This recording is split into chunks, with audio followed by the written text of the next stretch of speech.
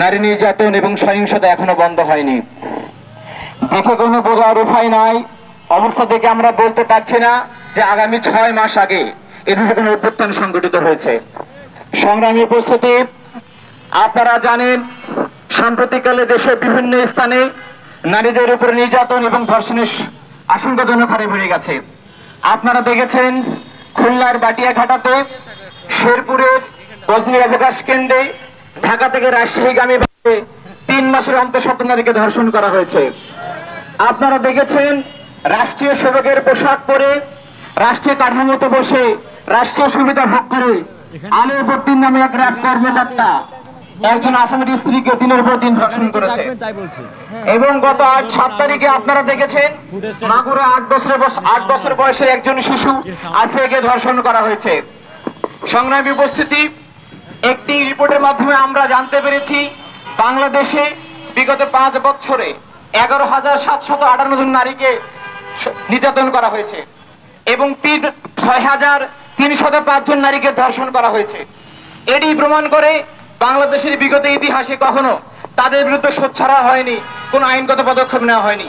এই আইনগত পদক্ষেপ নিলে এতগুলো ধর্ষণের ঘটনা কখনো ঘটতে পারতো না। সংগ্রামী উপস্থিতি, আপনারা জানেন এদেশের আর্থসামাজিক উন্নয়নে, পরিবার এবং সমাজ গঠনে, জ্ঞান বিজ্ঞান চর্চায় এবং জাতীয় সংকট নিরসনে নারীদের অনবদ্য ভূমিকা রয়েছে। আমরা দেখেছি জুলাই অভ্যুত্থানে নারীরা আমাদের সাথে সম্মুখ সারিতে লড়াই করে অসংখ্য শহীদ হয়েছেন, কিন্তু বর্তমানে আমরা দেখেছি নারীদেরকে বর্তমানে প্রণয়ন করা হয়েছে।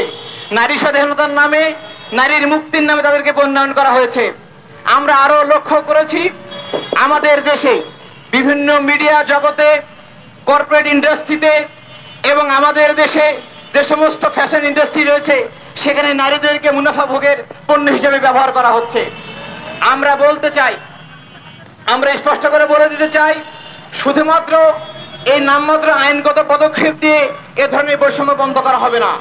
এই বৈষম্য বা আইনগত পদক্ষেপ চলছে বলেই বর্তমানে কর্মক্ষেত্রে বৈষম্য তৈরি হয়েছে, পারিবারিক অবক্ষয় তৈরি হয়েছে, নারীরা নিরাপত্তাহীনতায় ভুগছে এবং সহিংসতা দেখা দিচ্ছে। আজকের এই মানববন্ধন থেকে আমরা এই আহ্বান জানাতে চাই, অনতিবিলম্বে ধর্ষকদেরকে গ্রেপ্তার করে এমন শাস্তির ব্যবস্থা করতে হবে বাংলাদেশে বিগত আগামী দিনে কেউ কখনো ধর্ষণের কথা যেন চিন্তাও করতে না পারে। এবং পাশাপাশি আমরা বলতে চাই, শুধুমাত্র আইন দিয়ে সম্ভব নয়, এদেশে প্রত্যেকটি স্তরে ধর্মীয় অনুশাসন কায়েম করতে হবে। আজকের এই মানববন্ধন থেকে আমরা এই দাবি জানাই, সরকারের মাধ্যমে সমাজের প্রতিটি স্তরে নারীদের প্রতি সম্মান, নিরাপত্তা এবং তাদের অধিকার নিশ্চিত করে আইনের অনুশাসন নিশ্চিত করার মাধ্যমে একটি ভারসাম্যপূর্ণ সমাজ ব্যবস্থা কায়েম হোক, এই প্রত্যাশা ব্যক্ত করে ধর্ষকদের আবারও সর্বোচ্চ বিচারের দাবি করে আজকের কথা শেষ করছি।